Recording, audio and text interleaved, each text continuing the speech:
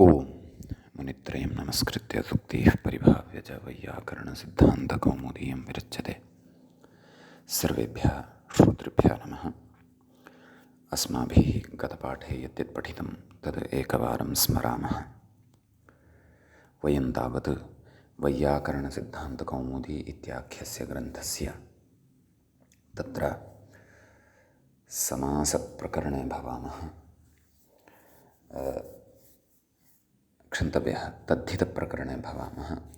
अस्य तद्धितप्रकरणस्य अपत्याधिकारप्रकरणम् अस्माभिः इत्याख्यम् अवान्तरप्रकरणं पठ्यमानं वर्तते। पञ्चविंशः पाठः गतपाठः अत्र प्रवृत्तः। तस्मिन् पाठे अस्माभिः सूत्रं पठितं तत्प्रत्ययस्य च इति। तत्र ढप्रत्ययान्तस्य प्रवाहणस्य उत्तरपदस्य अचः वृद्धिः पूर्वपदस्य तु वा इति तस्य सूत्रस्य अर्थः अस्माभिः दृष्टः। उदाहरणानि दृष्टानि। तत्र प्रावाहणैः प्रवाहणैः इति। ततः परं तत्र कल्याण्यादीनामिनङ् इति सूत्रं पठितं। कल्याणी गणपठितानां शब्दानाम् इनङादेशः भवति ढक् च। काल्याणिनेयः बान्धकिनेयः इति उदाहरणद्वयं साधितं। ततः परं कुलटाया वा इति सूत्रं पठितं। तत्र तेन इनङ् इति प्रत्ययस्य विकल्पः उच्यते। कौलटिनेयः कौलटेयः इति उदाहरणद्वयं दृष्टं। तत्र भिक्षुकी एव तत्र कुलटा विवक्षिता भवति। या तु व्यभिचारार्थं कुलानि अटति तस्याः क्षुद्राभ्यो वा इति पक्षे ढ्रक् भवति। अतः कौलटेरः इति अपि प्रयोगः तत्र भवति इति क्षुद्राभ्यो वा इत्यत्र पठिष्यते इति काचित् विशिष्टा व्यवस्था मध्ये स्मारिता ग्रन्थकारेण। तदनन्तरम् अस्माभिः सूत्रं पठितं हृद्भगसिन्ध्वन्ते पूर्वपदस्य च इति। तत्र अस्माभिः सूत्रार्थः दृष्टः। हृदाद्यन्ते पूर्वोत्तरपदयोः अचाम् आदेः अचः वृद्धिः भवति ङिति णिति किति च प्रत्यये परतः इति। तत्र नाम उभयपदवृद्धिविधायकमिदं सूत्रं भवति। अतः एव सुहृदः अपत्यं सौहार्दः इति उदाहरणम् अस्माभिः दृष्टं। सुभगायाः अपत्यं सौभागिनेयः इति उदाहरणं दृष्टं। ततश्च सक्तु सिन्धुषु भवः साक्तु सैन्धवः इति किञ्चन विशिष्टम् उदाहरणम् अस्माभिः तत्र दृष्टम्। एवञ्च तत्र इमानि उदाहरणानि ससूत्रम् अस्माभिः साधितानि। अधुना वयम् अग्रिमं पाठं प्रविशामः। अग्रिमे पाठे अग्रिमः पाठः भवति अस्माकम् अत्र षड्विंशः पाठः। षड्विंशः पाठः अपत्याधिकारप्रकरणस्य अस्य आरब्धः भवति इति।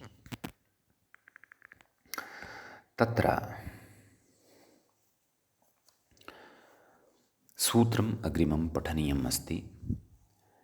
नाम उभयपदवृद्धिम् उक्त्वा नाम हृद्भगसिन्ध्वन्ते पूर्वपदस्य च सा उभयपदवृद्धिः सप्तमाध्याये भवति इति वयं जानीमः। ततः पूर्वं कुलटाया वा इति सूत्रं यत् पठितं ततः अनन्तरं विद्यमानम् इदं सूत्रम् अधुना अस्माभिः पठ्यमानं वर्तते।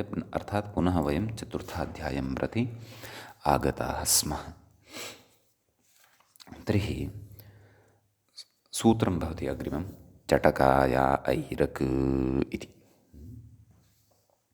तत्र चटकायाः इति पञ्चमी विभक्तेः एकवचनान्तं प्रथमं पदं भवति।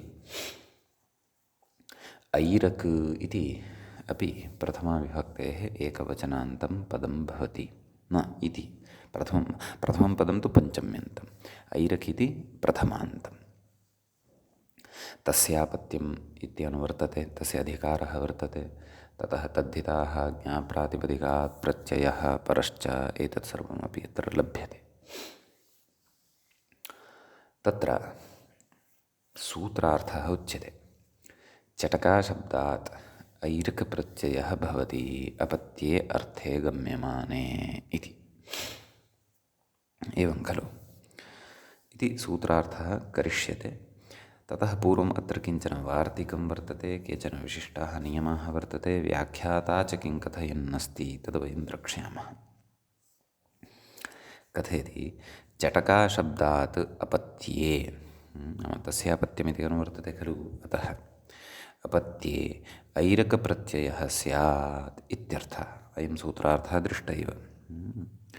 कथयति अग्रे ननु स्त्रीलिङ्गनिर्देशात् पुल्लिङ्गान्न स्यात् इति। एवं खलु, नाम विशेषेण स्त्रीलिङ्गग्रहणं कृतं। क्व चटका इति। अतः विशेषलिङ्गग्रहणसामर्थ्यात् तत्र स्त्रीलिङ्गादेव स्यात्। कः ऐरक् इति प्रत्ययः कस्मिन् अर्थे? अपत्यार्थे। परन्तु अस्माकं कृते तु अयम् ऐरक् पुल्लिङ्गादपि अपेक्षितः, अपि च पुल्लिङ्गचटकशब्दात् अपत्यार्थे अपि अपेक्षितः। सः न प्राप्नोति यदि स्त्रीलिङ्गस्य ग्रहणम् एव तत्र सूत्रे क्रियेत कृतञ्च वर्तते।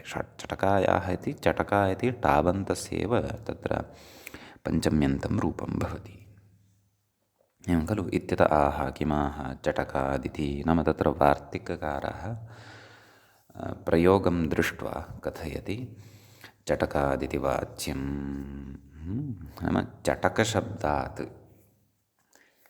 नाम सूत्रं किं कर्तव्यं चटकादैरक् एवं रीत्या तत्र सूत्रार्थः सूत्रं कर्तव्यम् इति। नाम चटक इति प्रातिपदिकमेव ग्राह्यम् इत्यर्थः। अग्रे कथयति व्याख्याता ननु स्त्रीलिङ्गनिर्देशात् पुल्लिङ्गात् न स्यात्। नाम स्त्रीलिङ्गनिर्देशः कृतः।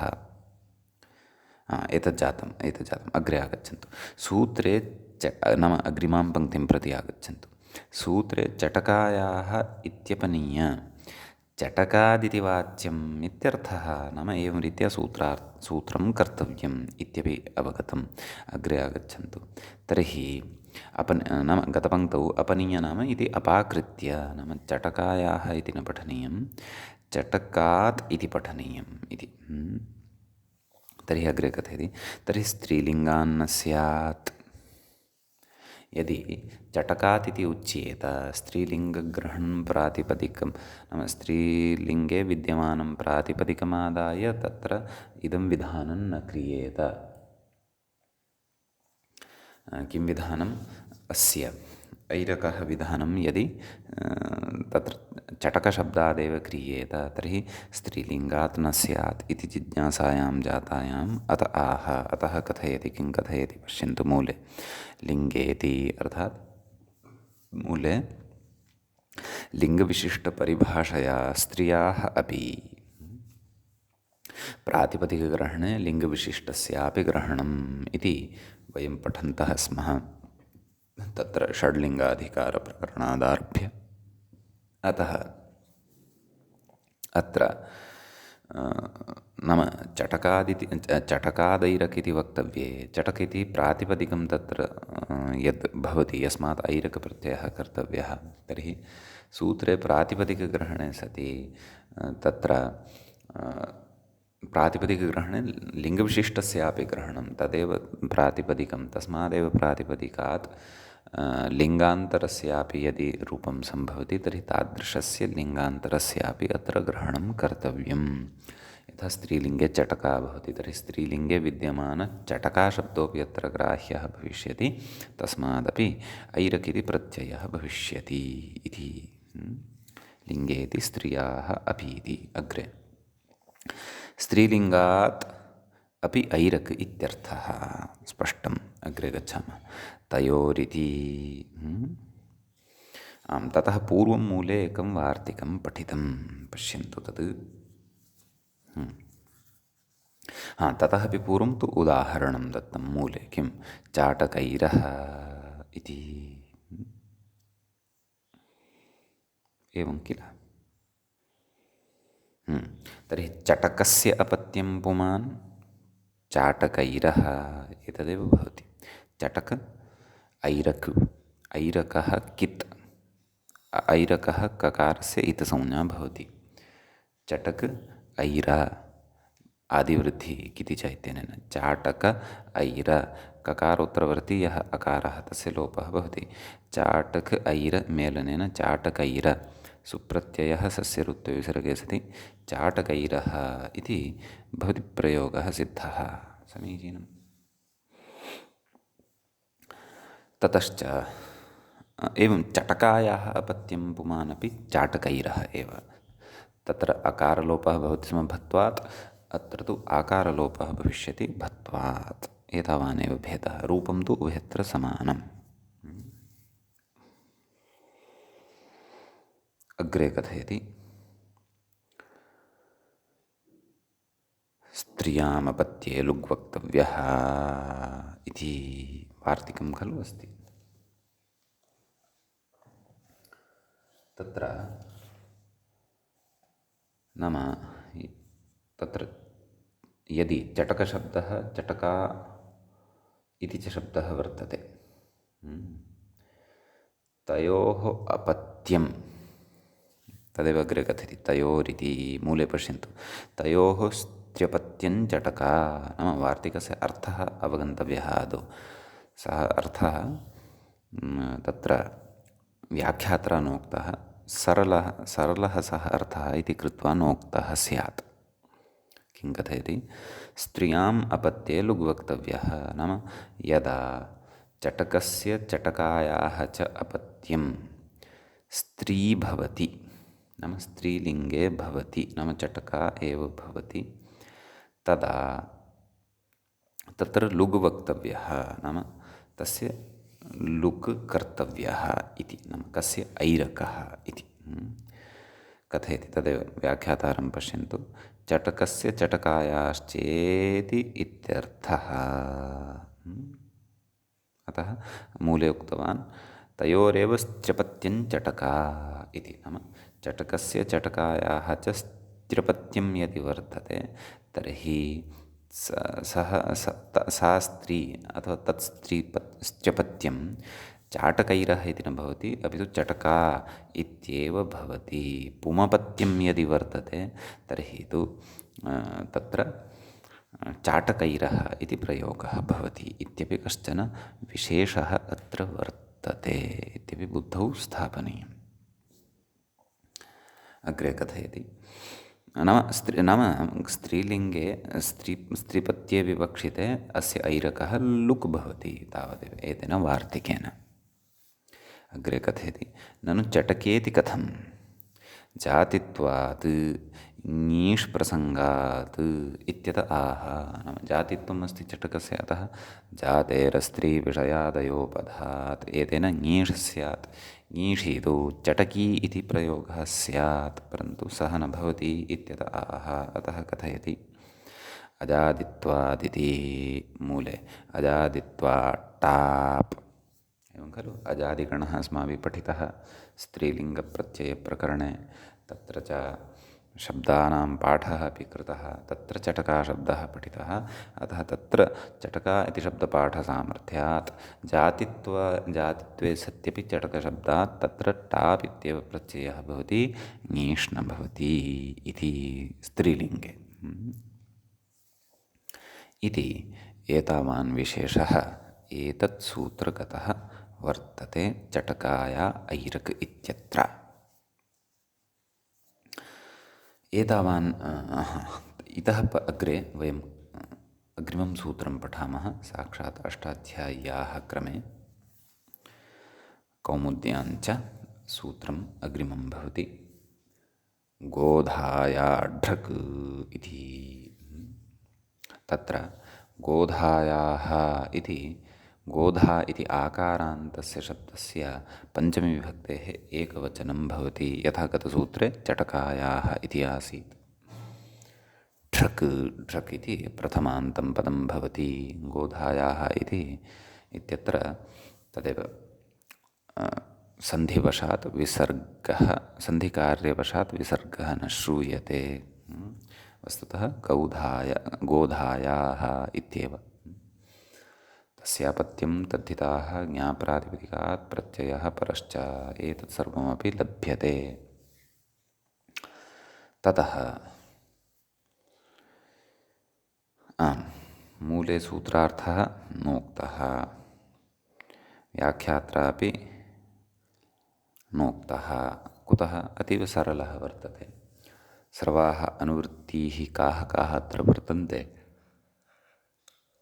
ताः वयं जानीमः। अतः प्रकृते गोधा इत्यस्मात् शब्दात् ढ्रक् प्रत्ययः भवति अपत्यार्थे इति सूत्रार्थः अस्माभिः अवगन्तव्यः। कथयति गोधायाः अपत्यम् इति विग्रहः। प्रयोगः कः? गौधेरः। मूले पश्यन्तु भवन्तः, साक्षात् उदाहरणमेव लिखितवान्। गौधेरः कथं?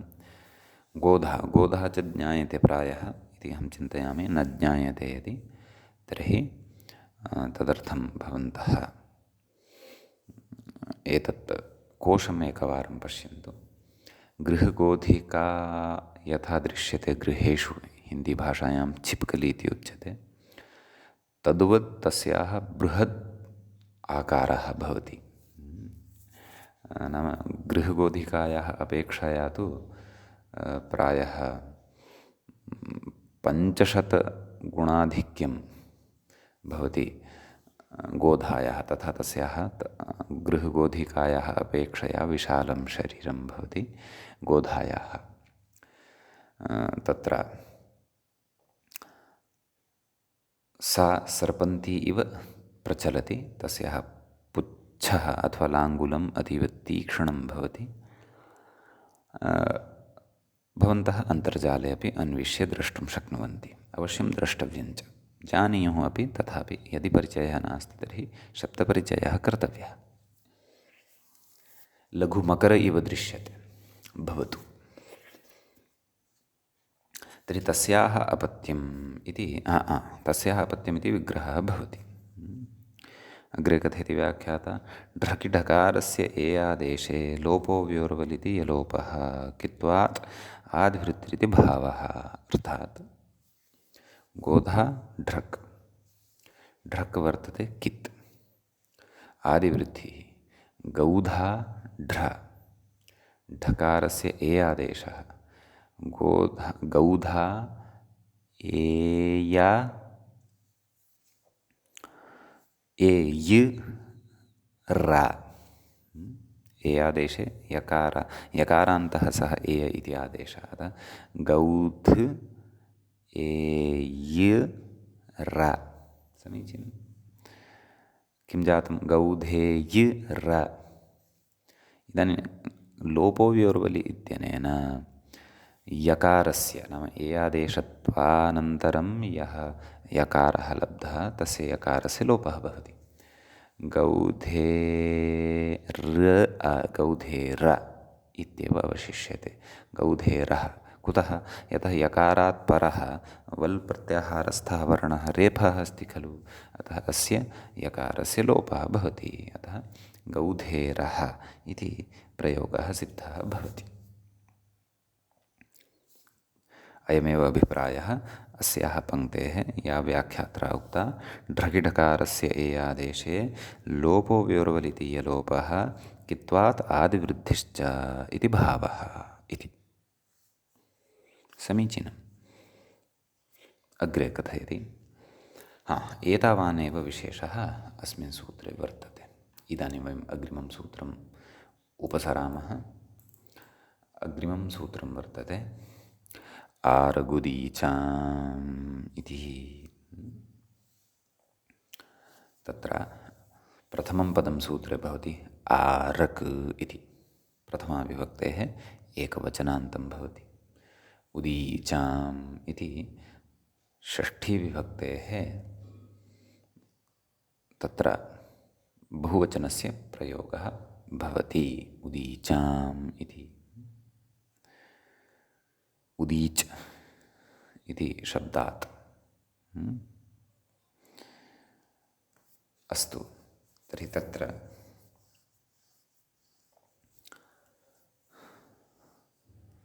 आम्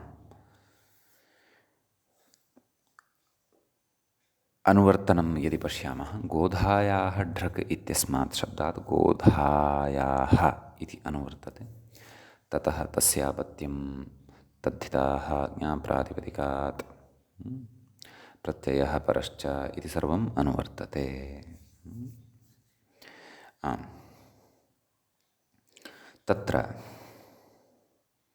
सूत्रे साक्षात् उदाहरणमेव दत्तं।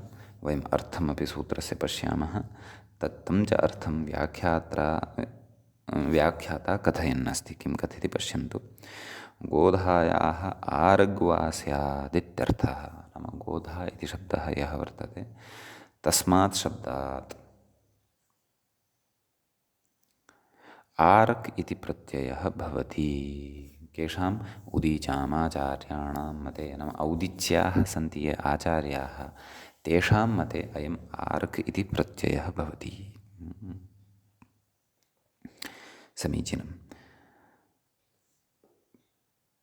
नाम विकल्पः औदिच्यानां मतेन, औदिच्यानां ग्रहणसामर्थ्यादेव सिद्धः। नाम तेषां मते भवति, अन्येषां मते न भवति। अतः एव तत्र सूत्रार्थे उक्तवान् व्याख्याता गोधायाः आर्ग्वा स्यात्, नाम आर्क् प्रत्ययः विकल्पेन भवति इत्यर्थः। मूले उदाहृतं किं? गौधारः इति। तर्हि गोधायाः अपत्यम् इत्यवस्थायां गोधः शब्दात् आर्क् इति प्रत्ययः भवति। समीचीनं। गोधा आर्क् भ संज्ञाकारणात् तत्र धकारोत्तरवर्तीयः आकारः तस्य लोपः भवति, आदिवृद्धिश्च भवति। गौधा आर, धकारोत्तरवर्तीयः आकारः तस्य लोपः भवति। गौध आर, गौधार सुप्रत्ययः सस्य ऋत्विसर्गे सति गौधारः इति प्रयोगः भवति सिद्धः। समीचीनम्। अग्रे किं कथयति व्याख्या? अन्यत इति। अस्तु, तद्विषये मूले द्रक्ष्यामः, परन्तु तत्रिदं स्मर्तव्यं। विकल्पेन इत्युक्तं खलु। तर्हि पक्षे किं? पक्षे इति चेत् पक्षे ढ्रगेव भवति। गौधेरः इत्यपि प्रयोगः भवति। पक्षे औदिच्यानां मते आर्क् प्रत्ययः भवति।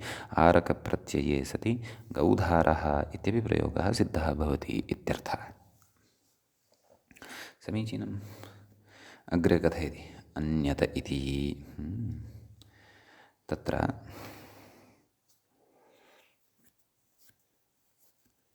मूले पङ्क्तिं पश्यन्तु।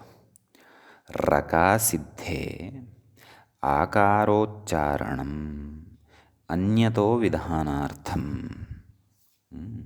नाम आर्क् इति प्रत्ययः कुतः कर्तव्यः? तत्र आ इति पठनीयः एव इति कुतः? भवतां कृते गौधारः इत्येव खलु प्रयोगः अपेक्षितः। तर्हि रक् इत्येव प्रत्ययः उच्यतां। रघुदीचाम् इत्येव च सूत्रं क्रियताम्।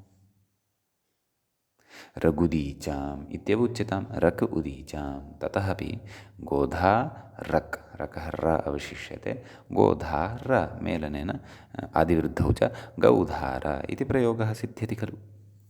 अतः कुतः मात्राद्वयभूतं गौरवं कर्तव्यं रक् प्रत्यये आकारयोजनेन इति जायते जिज्ञासा। एवं खलु। अतः रघुदीचामेव कुतो नोच्यते आरघुदीचामिति कुतः उच्यते एतादृशजिज्ञासायां जातायां तत्र उच्यते भोः अत्र किमपि विवक्षितमस्ति आचार्यस्य अतः एव तेन तत्र आरकि तत्र आ इति वर्णः पठितः एवं खलु तदेव कथयति मूले रकासिद्धे नाम रघुदीचाम् इत्येतावता एव सूत्रेण सिद्धे अथवा रक् इति प्रत्ययेन एव सिद्धे आकारस्य उच्चारणं यदाचार्येण अत्र कृतम् अन्यतो विधानार्थम् इति नाम गोधा इति शब्दादेव न अन्येभ्यः अपि शब्देभ्यः तत्र आरग् भवतु एतदर्थम् अत्र आ इति ग्रहणं सूत्रकारेण कृतं वर्तते इति तत्र व्याख्याता कथयति आकारान्तात् अन्यत्र अदन्तम् इति नाम गोधः शब्दः आकारान्तः तस्मात् भिन्नः शब्दः अकारान्तः तस्मादपि क्वचित् विधानार्थम् इत्यर्थः नाम तादृश अकारान्तेभ्यः शब्देभ्यः ये शब्दाः गोधः भिन्नाः वर्तन्ते तेभ्यः अपि अत्र नाम आरक् इति प्रत्ययः भवतु तदर्थं तद्विधानार्थम् अत्र आ इति अतिरिक्तं वचनं कृतं ते के शब्दाः इति चेत् ते प्रयोगं दृष्ट्वा प्रयोगानुसारिणः ते शब्दाः भवन्ति यथा तत्र एकम् उदाह्रियते जाडार इति मूले पश्यन्तु जडस्य अपत्यं जाडारः कथं तर्हि तस्य रूपसिद्धिः जडस्य अपत्यं पुमान् जाडारः जड आरक् आदिवृद्धिः जाड आर भत्वात् अलोपः जाड् आर जाडार सुप्रत्ययः सस्यऋत्वे विसर्गे सति जाडारः जडः इत्यस्य च अर्थं भवन्तः जानन्ति एव विशेषेण तत्र कोशः द्रष्टव्यः एवं खलु तत्र अग्रे कथयति ऋग्विदुः आकारो न श्रूयेत इति भावः ऋग्विदुः आकारो न श्रूयेत इति भावः रगेव यदि विधीयेत तर्हि जडशब्दात् रकिसति एवं खलु तत्र जडरः इति प्रयोगः स्यात् अपेक्षितस्तु कः जाडारः अतः येषु प्रयोगेषु अपि तत्र आरकः श्रवणं भवतु आर् इत्यस्य अन्ते श्रवणं भवतु अतः आरक् इति प्रयोगः आरक् इति प्रत्ययः अत्र सूत्रकारेण विहितः समीचीनं मूले अपरः कश्चन तादृशः प्रयोगः प्रयुक्तः षण्डस्य अपत्यं षाण्डारः इति अपि च परन्तु अत्र भवन्तः इदमपि न चिन्तयन्तु यत् ये केऽपि अन्ये अकारान्ताः शब्दाः वर्तन्ते तेभ्यः सर्वेभ्यः अपि अत्र इदानीम् आरक् भवितुमर्हति न एतत्तु प्रयोगं दृष्ट्वा प्रयोगानुसारेण यतः अकारान्तेभ्यः अन्यत्र तु तत्र अन्ये प्रत्ययाः वर्तन्ते अत इञ तस्य अपत्यम् अथवा अन्यानि सूत्राणि यानि पठितानि तानि अतः क्वचित् प्रयोगान् दृष्ट्वा एवं कथयति षण्डस्यापत्यं षाण्डारः इति कथयति तत्र व्याख्याता षण्डो नपुंसकः षण्डः भवति नपुंसकः तस्य अपत्यं नाम षण्डस्य अपत्यं कः भवति षाण्डारः भवति षण्ड आरक् अन्यत् कार्यं भवन्तः जानन्ति षाण्डारः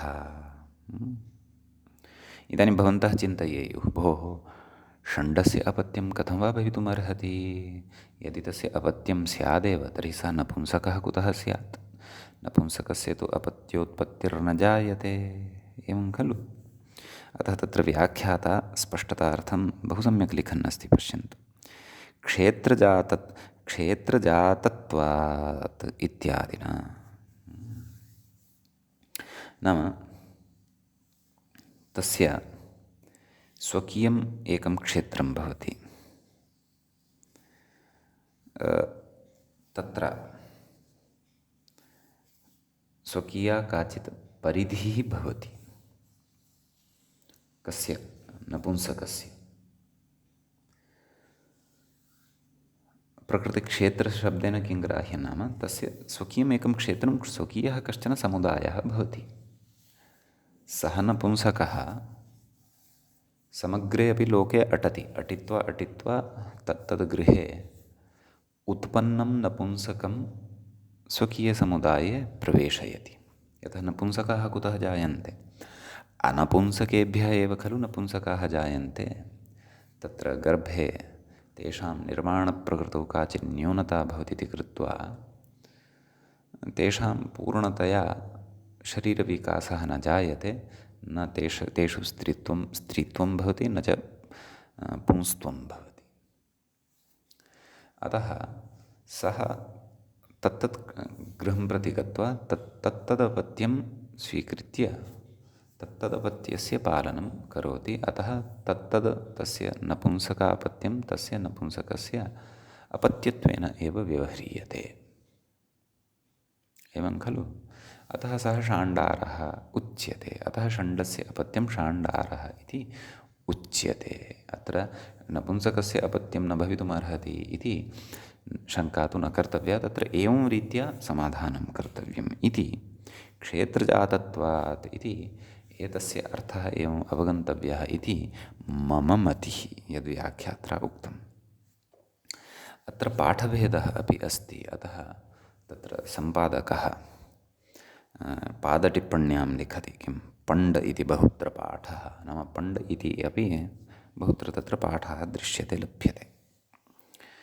तत्र तत्त्वबोधिनीं यदि पश्यामः, सः तु पण्ड इत्येव पठति। पश्यन्तु अधः पण्डस्य इति, नाम पण्डो नपुंसकः, तस्यापत्यं तु कृत्रिमादिरिति, नाम कृत्रिमत्वात् तस्य अपत्यत्वं सम्भवति इति। पण्डः अपि नपुंसकः एव भवति। पाण्डारः इत्यपि प्रयोगः तत्र भवति इति। एवं खलु? पण्डा भिन्ना भवति, पण्डः भिन्नः भवति। पण्डः नाम नपुंसकः, पण्डा नाम सदसद्विवेकिनी बुद्धिः। अस्तु। एवञ्च एतावान् विशेषः आरगुदीचाम् इति सूत्रस्थः वर्तते। इदानीं वयम् अग्रिमं सूत्रं प्रति प्रविशामः। अग्रिमं सूत्रम् इत्थं वर्तते, क्षुद्राभ्यो वा इति। तत्र क्षुद्राभ्यः इति पञ्चमीविभक्तेः बहुवचनान्तः प्रयोगः भवति। वा इति तत्र अव्ययपदं भवति। तत्र गोधाया ढृक् इत्यस्मात् सूत्रात् ढृक् इत्यनुवर्तते। तस्यापत्यं तद्धिताः ज्ञाप्रातिपदिकात् प्रत्ययः परश्च एतत् सर्वमपि अत्र अनुवृत्तिवशात् लभ्यते। तत्र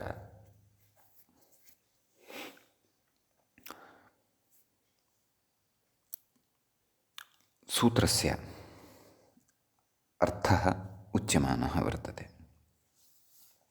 अङ्गहीना इति मूले पश्यन्तु।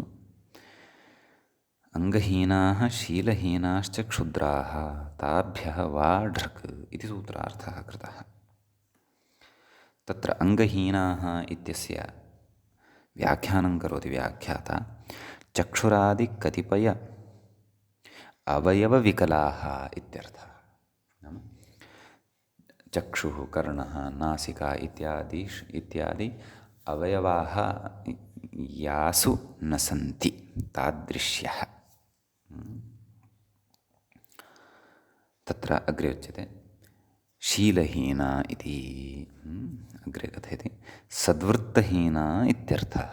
नाम यासां वृत्तं सत् न भवति, नाम चारित्र्यं सम्यक् न भवति, शीलं सम्यक् न भवति, दुश्चारित्र्यवत्यः याः भवन्ति।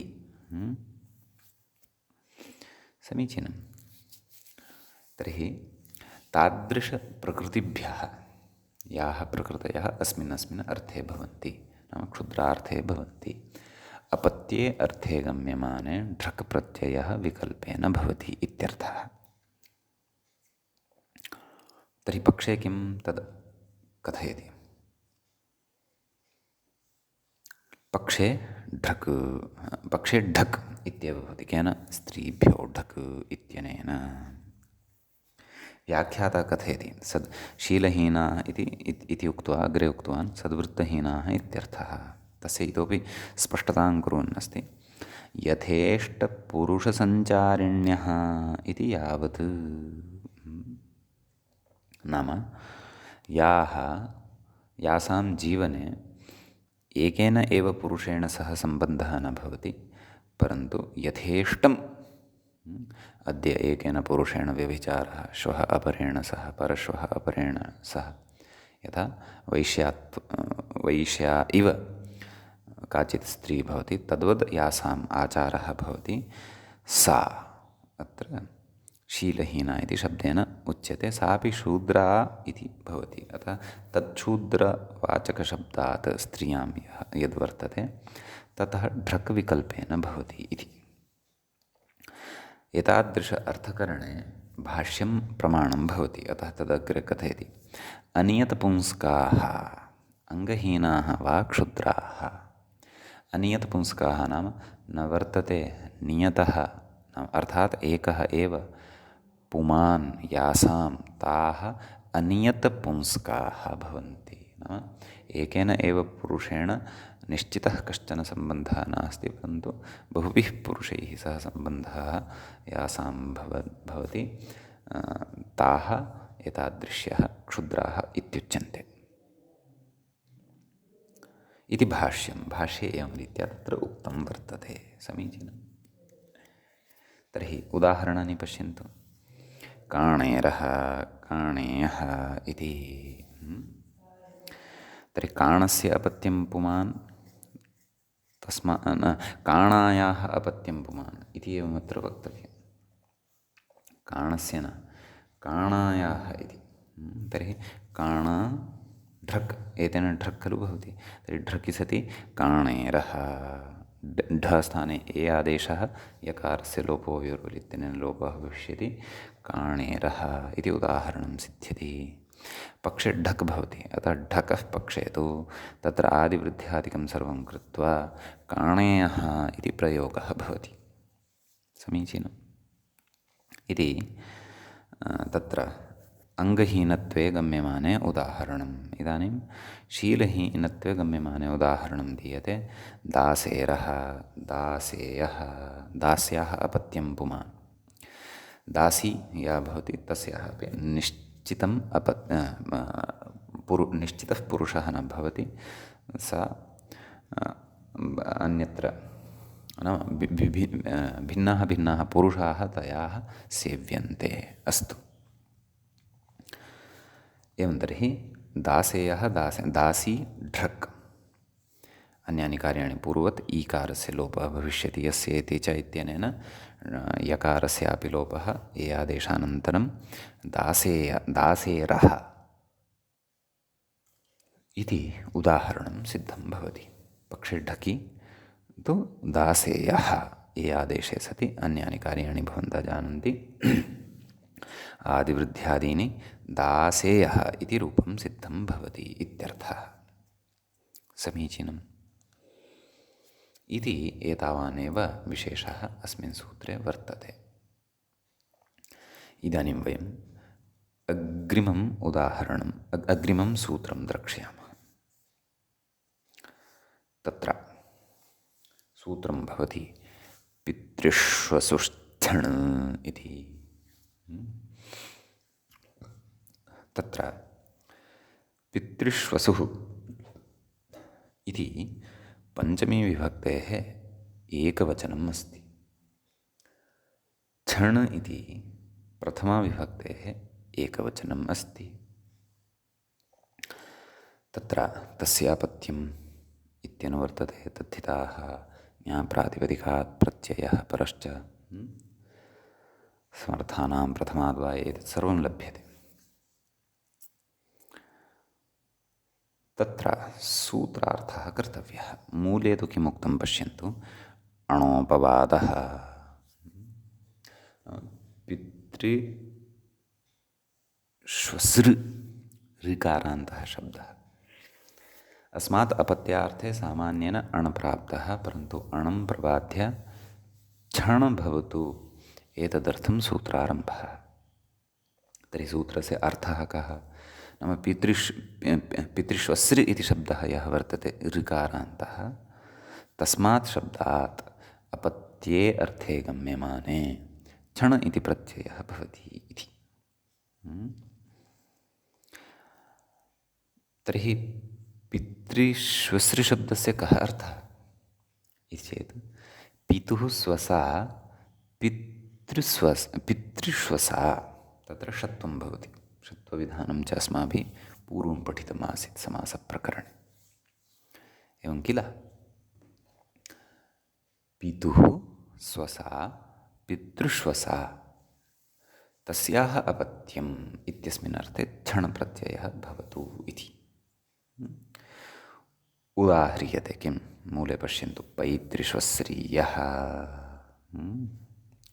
कथयति व्याख्याता, पितृष्वसुरपत्यमिति विग्रहः। तर्हि कथं स्थितिः? पितृष्वसृ छण्, छणः णकारस्य इतसंज्ञा छ इति अवशिष्यते, छकारस्य इ आदेशः, पितृष्वसृ ईय, एवं खलु? तदनन्तरं पितृष्वसृ इत्यत्र सकारात् परः यः ऋ वर्णः वर्तते, तस्य ऋ वर्णस्य स्थाने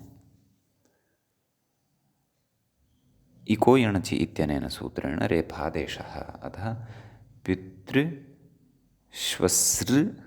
ईय मेलनेन आदिवृद्धिः अपि भवति, यतः छण् इति अणित् वर्तते तद्धितेष्वचामादेः इत्यनेन। अतः पैतृष्वस्रीय सुप्रत्ययः सस्य ऋत्वे विसर्गे सति पैतृष्वस्रीयः इति उदाहरणं तत्र भवति सिद्धम्। समीचीनम्। तदेव कथयति अग्रे व्याख्याता, छस्य ईयादेशे आदिवृद्धिः सकारादृकारस्य यण्, नाम सकारात् परतः यः ऋ वर्णः वर्तते तस्य यण् इको यण् चित्यनेन यण् भवति इत्यर्थः। समीचीनम्। इति एतावान् विशेषः अत्र वर्तते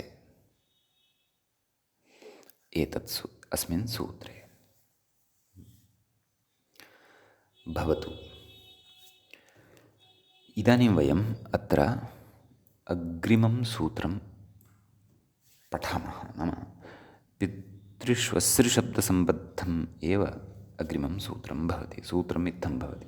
आम्, पितृष्वसा इत्यस्य अर्थः ज्ञातः खलु? पितुः स्वसा, अस्माकं पिता यः, तस्य या भगिनी अथवा स्वसा, सा पितृष्वसा इत्युच्यते। हिन्दीभाषायां बुआ इति कथयन्ति, तत्तत्प्रान्ते अन्ये शब्दाः अपि वर्तन्ते। तत्र एतच्छब्दसम्बद्धः एव अग्रिमः शब्दः, अग्रिमं तत्र सूत्रं पठ्यते। तर्हि गतसूत्रे यद् उदाहरणं साधितं खलु, पैतृष्वस्रीयः, सः पितृष्वसुः अपत्यम् इत्यपि अर्थः बुद्धौ स्थापनीयः। भवतु। सूत्रमस्ति अग्रे, ढकिलोपः इति। ढकि इति शब्दस्य सप्तमी विभक्तेः एकवचनं भवति। लोपः इति प्रथमा विभक्तेः एकवचनं भवति। ढकि इत्यत्र सप्तमी, लोपः इत्यत्र प्रथमा इति। तत्र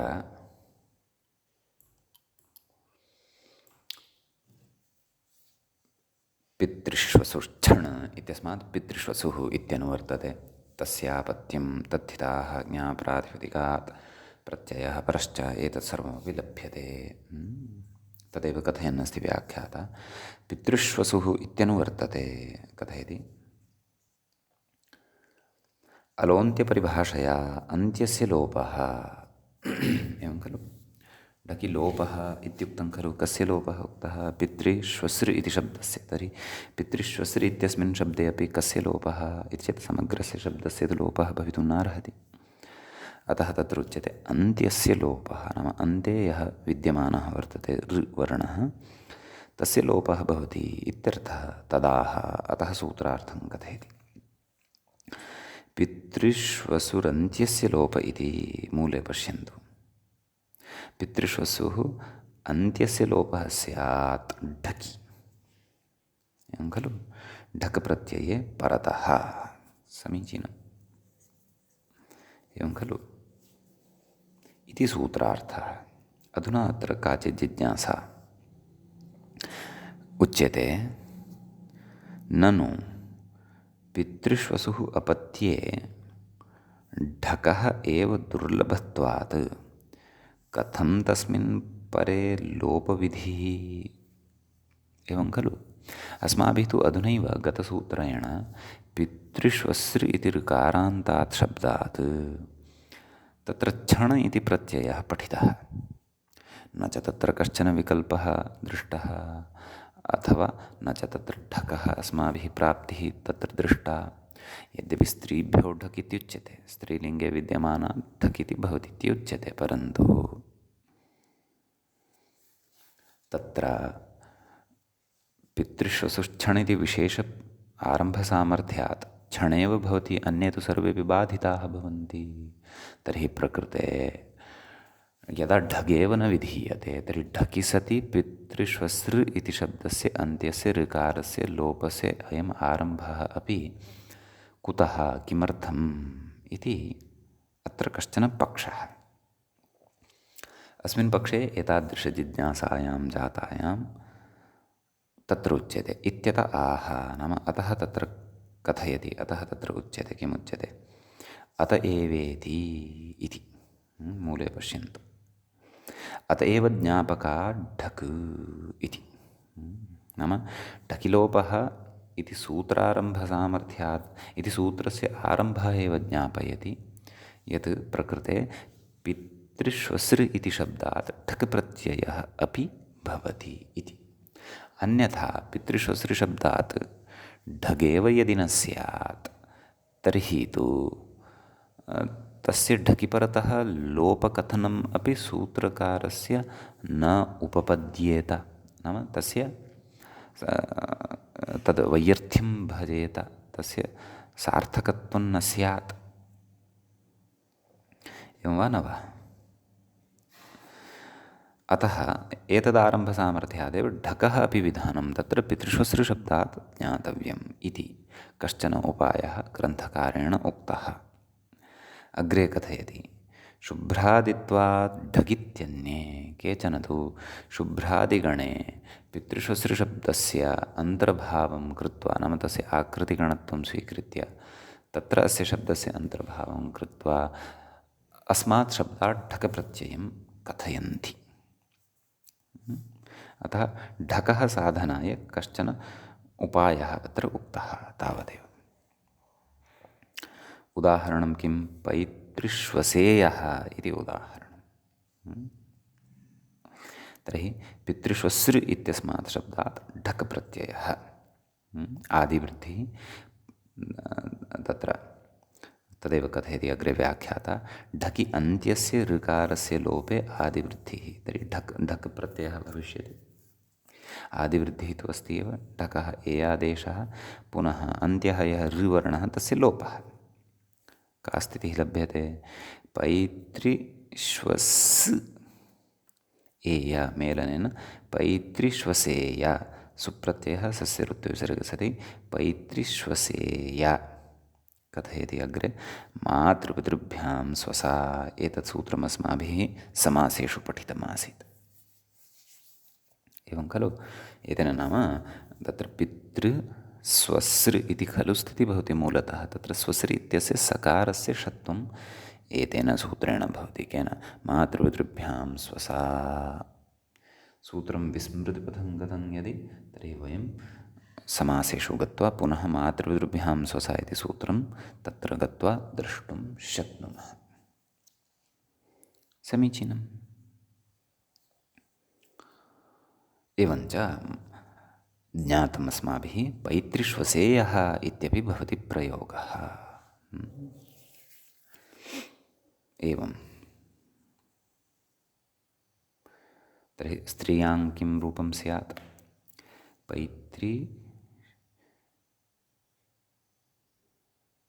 पैतृष्वस्रीयी इति वा? टिड्ढाणै टिड्ढ अण ऐ ढान्तं वर्तते खलु उभयत्रापि। गतसूत्रे नास्ति, गतसूत्रे तु छणन्तं वर्तते, अतः तत्र न, तत्र पैतृष्वस्रीया इति वक्तव्यम्, अदन्तत्वात् टाब् वक्तव्यः। परन्तु ढकि तु पैतृष्वसेया इति न, पैतृष्वसेयी इति वक्तव्यम् इति अहं चिन्तयामि। टिड्ढाण यथा ढान्तत्वं शब्दस्य वर्तते, अतः पैतृष्वसेयी इति स्त्रियां वक्तव्यम् इति। यद्यपि मूले स्त्रीलिङ्गस्थस्य चर्चा न कृता वर्तते, परन्तु एतेषां सर्वेषामपि शब्दानां नूनमेव अस्माभिः स्त्रीलिङ्गे विद्यमानानां रूपाणामपि चिन्तनं कर्तव्यं। तत्र तत्र विशेषः तु उच्यते एव। यथा तत्र चटकायायिरक् इत्यत्र उक्तं स्त्रियामपत्ये लुगुवक्तव्यः। अन्याः नाम स्त्रीलिङ्गसम्बद्धाः अन्याः व्यवस्थाः तु उच्यन्ते एव, परन्तु स्त्रीलिङ्गे निष्पन्नं रूपं किम् इत्यपि यदि चिन्तनं कुर्याम तर्हि अस्माकं शब्दराशेः वर्धनाय एव तत् कल्प्यते, नाम रिक्ते काले। भवतु, एतावानेव विशेषः अस्मिन् सूत्रे वर्तते ढकिलोपः इत्यत्र। इदानीं वयम् अग्रिमं सूत्रं प्रति उपसरामः।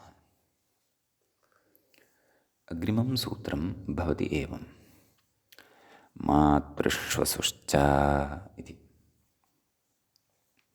सूत्रे द्वे पदे स्तः मातृष्वसुः, पञ्चमी विभक्तेः एकवचनम्, एवं खलु। मातुः स्वसा, स्वसा अर्थात् भगिनी, मातृष्वसा तस्याः मातृष्वसुः इत्युच्यते। पञ्चमी विभक्तेः एकवचनम् अस्ति। ततः च इति अव्ययपदं वर्तते। ढकिलोपः इति सूत्रम् अत्र अनुवर्तते। पितृष्वसुः, पितृष्वसुश्च एतस्मात् पितृष्वसुः इति अनुवर्तते। तद्धिताः ज्ञाप्रातिपदिकात् प्रत्ययः परश्च एतत् सर्वं लभ्यते। व्याख्यातारं पश्यन्तु।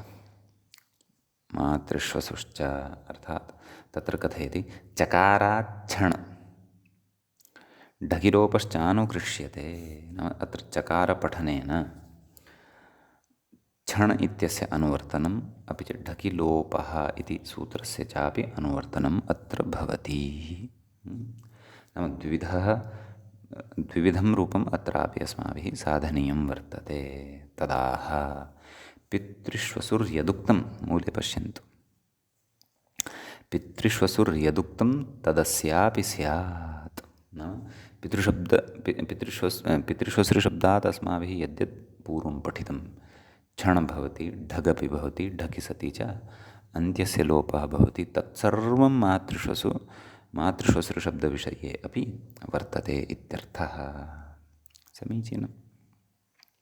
अतः उदाहरणद्वयं क्षणि सति मातृष्वस्रीयः, अत्र आदिपदस्य आदौ एव वृद्धित्वं वर्तते, अतः पर्जन्यवल्लक्षणप्रवृत्त्या प्रकृते मकारोत्तरवर्ती यः आकारः वर्तते तस्य पुनर्वृद्धिः प्राप्यते, प्राप्ता भवति। समीचीनम्। अतः मातृष्वसृशब्दात् क्षणि सति तस्य ईयादेशे च सति मातृष्वस्रीयः, तत्र ऋ वर्णस्य रेफः भवति यण, अतः मातृष्वस्रीयः इति प्रयोगः भवति सिद्धः। पक्षे तु तत्र मातृष्वसेयः इत्येव प्रयोगः भवति।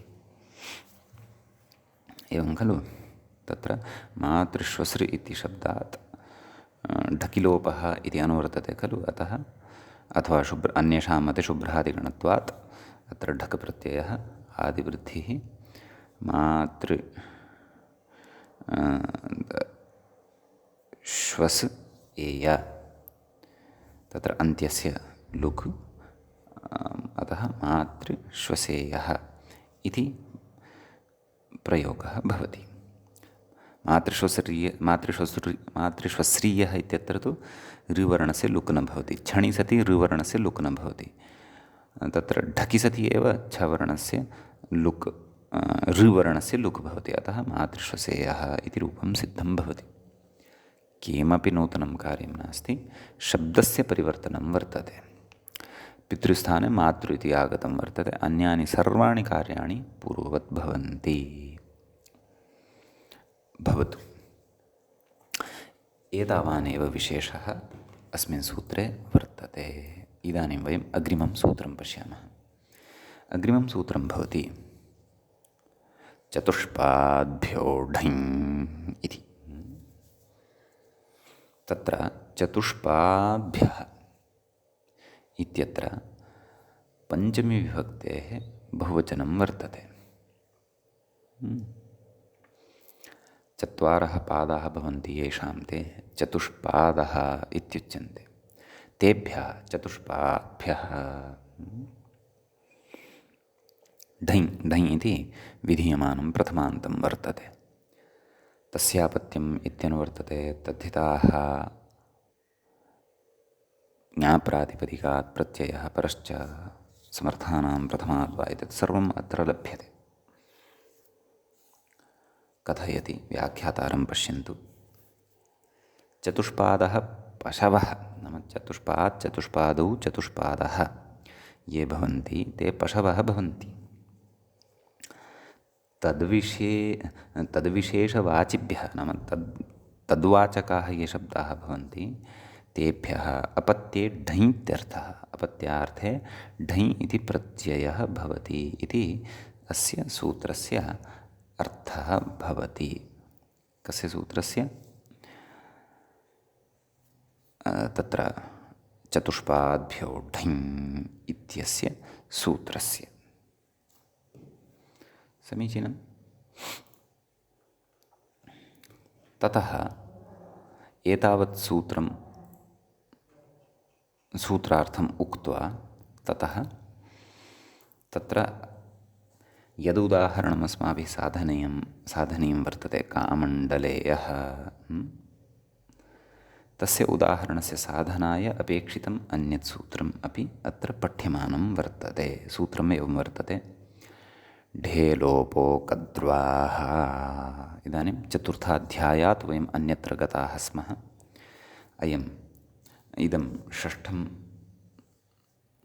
षष्ठाध्यायस्थं सूत्रं भवति। तत्रापि चतुर्थे पादे 47-उत्तरशततमम् इदं सूत्रं भवति ढेलोपो कद्वाः इति। तत्र तत्सूत्रं प्रति यदि गच्छामः तर्हि